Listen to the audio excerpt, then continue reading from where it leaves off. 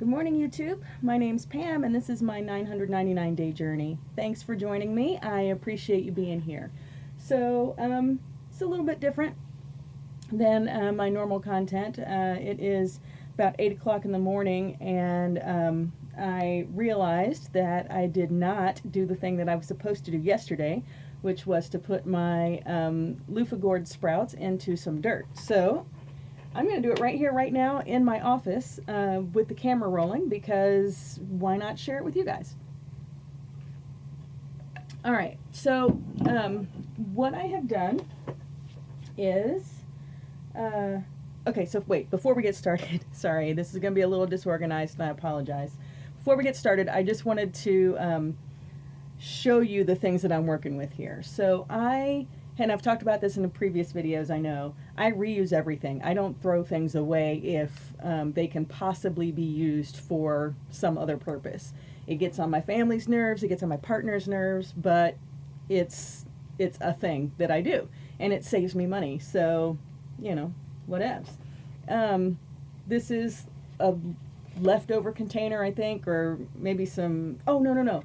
I got some cherry tomatoes in the store in this, right? So I saved this. This is leftovers from a pizza place. This was the ice cream cake that was my undoing during the Lent challenge. But all of these things can be used in gardening, right? Like this makes a great miniature greenhouse.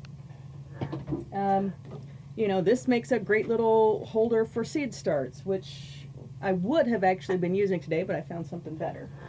And the same with this, right? You can reuse these for so many things. So I wanted to show you that. And before we get into actually planting my my sprouts. So here's a moral of another story. I bought this complete grow kit for strawberries at Big Lots last year for $5. And I was going to plant it. It's got this really neat container with air vents on top. And what I found when I got home is that it is missing the strawberry seeds that came with it. So I just put this back in my closet to reuse for something else, which I am going to do today. I think that the bottoms of these will fit, or the, no, sorry, I think that my seed bags, I'll show you in a minute, for seedling bags will fit in this quite nicely. So, before we do that, actually, no, you know what? I was going to use it, not going to use it. You can change your mind. I'm going to use this one instead because it is a little bit bigger and a little bit deeper, and that will serve my purposes a little bit better. All right, so this is what I'm going to use. I've talked about these before as well. Oh, this carry-out drink container is perfect for starting seeds. You can use it like, you can seriously just put the dirt in this, right? Like the holes, these holes might be a little bit big, but some of them I've seen you could just put the dirt right in it. And this is biodegradable, so you could just put this whole thing in the ground if it's spaced properly, right? Or cut it into the sections that you wanted. But today I'm just using it to hold these up because these bags don't sit very well on their own. But I'm not going to keep my seedlings in here, and you'll see why in just a minute. So I've talked about these bags before. These bags, you don't have to take the seedlings out of them. You can just put them in the ground just like they are, and the roots will grow through them, and they will just compost right into the soil. They'll break down eventually. So I bought these on Amazon. They were like super cheap. I mean like a couple hundred bags for like $10 or something like that. Don't quote me on that, but it was very economical. And these are actually reused ones because last year, if you've seen in any of my other videos, you'll know, last year I started so many seeds and then moved right in the springtime and lost all of my seedlings. They all died. So I yanked them all out, yanked their poor little corpses out of the dirt, reused the dirt, reused the bags, and here we are today. So, because they never made it into the ground. So I have 4 of them, and I have just filled them with a potting mix. I don't know, a Miracle Grow brand maybe that I got on sale at the end of last growing season, because I don't like to pay full price for anything. I have 4 of them. 3 of my 4 gourd seeds have sprouted, and so I'm only going to plant 3 seedlings today, or 3 sprouts today. But I went ahead and filled up the 4th bag because I was filling up bags, and it just made sense to go ahead and do that. So, put this aside later. All right, so here I have my 4 bags, and I have 3 sprouts. Now, I put these, I wrap these, and this is the method that I think we all learned at some point in elementary school. Wrap a seed in a damp paper towel, and it will sprout eventually if you keep it in the right conditions for that particular seed variety. I kept mine nice and warm, sitting next to my laptop, so that the heat would vent from there. I don't have a seed mat, heat mat for my seedlings or any of that fancy stuff. The problem that I do have with this, though, is that these are heavy duty paper towels that I used, and because of that, I can't extract my my sprouts from them. I know it's really hard to see this, but what you can't see, oh, there we go, is that the root has grown right through the paper towel, which is expected, but had it been like a super cheap paper towel, I would have been able to very, very carefully extract the seed and the root from the towel. I can't do that here, and this is something you'll need to be very careful with if you do use this method for germinating your seeds. So what I am going to do is just rip away the towel around the seed, around the root, and just leave like this much of the towel that it's actually growing through. And that'll be fine because the paper towel will break down in the dirt as well. So I'm not too worried about that. All right, so I am going to go ahead and do that part, and then I will come right back to you. Okay, so I managed to extract exactly one of them. Not extract, but rip the paper towel off around exactly one of them. The other 2 have 2 different things going on with them, and I wanted to show you. The first is this one is not quite mature enough yet. I don't have leaves on it yet. I don't have an actual sprout. It's just barely germinated. So I am going to return this little fella to the plastic bag for another day or 2 until we get more root activity and its first leaves. So I'm going to do that, and then I'll show you the other thing I'm going to do, or the other one that is difficult. So this one, you can see he is quite developed. His roots are actually all there we go. Nope, I don't know if you can see this or not. Anyway, they are all the way through both sides of the folded towel. So their roots are very delicate at this stage particularly, but for this plant as well, they do not like to have their roots disturbed. So I am not going to be able to unfold it and get it down to a single little circle like that.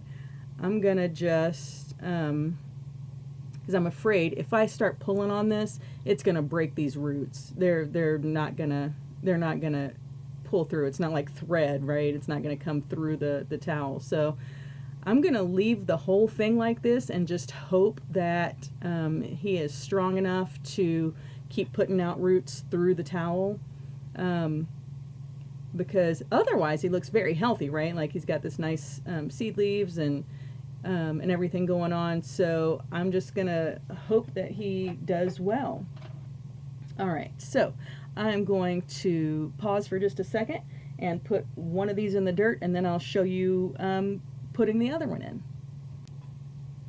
Okay, so I've got the one fella in the dirt, and all I did was stuck my fingers down in the dirt and spaced out enough room that I could kind of roll the paper towel into a bit of a cylinder, and put him down in there such that all of the roots are buried and pointing down, and that the sprout is pointing up. And now we're going to do the same for the other guy here. Just sticking my fingers down in the dirt to get a little cavity in here that he can sit in. And you can see the seed coat is still there. I'm not gonna touch that, or I'm not gonna remove it or anything. I'm gonna let it go. This one's kind of curled up a little bit, so we're gonna have to get creative with getting them in the dirt. But I am digging down as deep as I possibly can so that this root can go unobstructed into the dirt. And so the good thing about these bags is that I can just kind of squish it back up again. It's very flexible. So I can squish it right up around the root section. I don't have to try to fill the hole in or, you know, jostle it around too much. I can just put a little bit of pressure. There's a stick. We don't like sticks. Put a little bit of pressure on the bag, and then the hole filled right back up in, and there he is sticking out. Yeah. So again, root side down, leaf side up, and kind of close the dirt around it.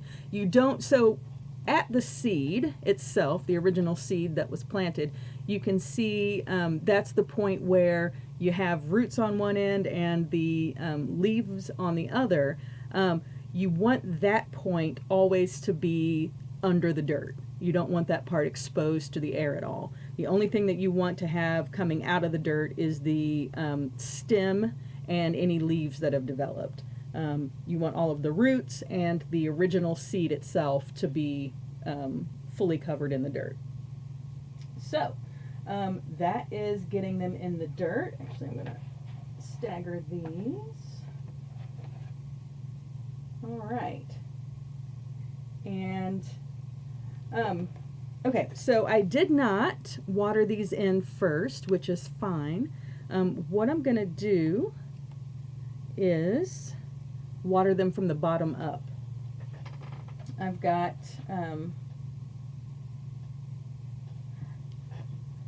use this wet paper towel to get my fingers clean a little bit. I've got a little water bottle. This is just tap water that I actually poured for myself. And I'm going to just put an inch or so of water in the bottom of this container. And this is why, as I mentioned earlier, this is better for what I'm doing today than the other cardboard container, because it can hold the water in for feeding these babies.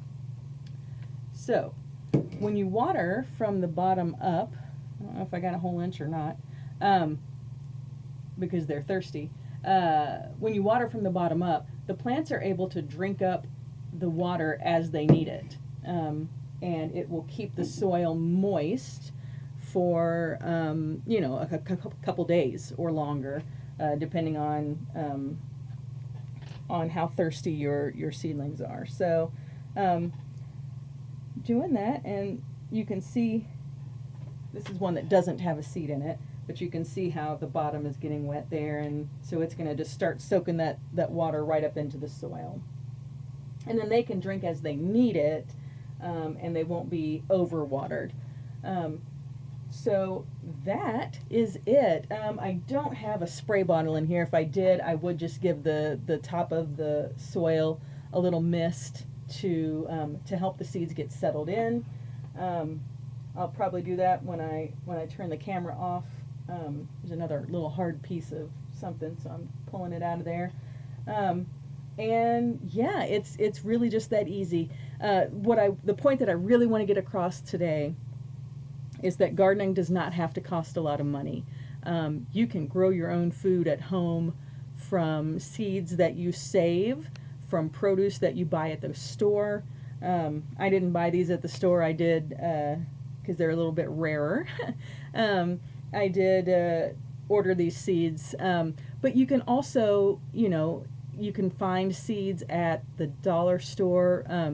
The Dollar Tree is especially good. They generally have seeds in the spring for $4 for $1. You can get packets of seeds for as little, as $4 for $1. There are organizations that give seeds away for free.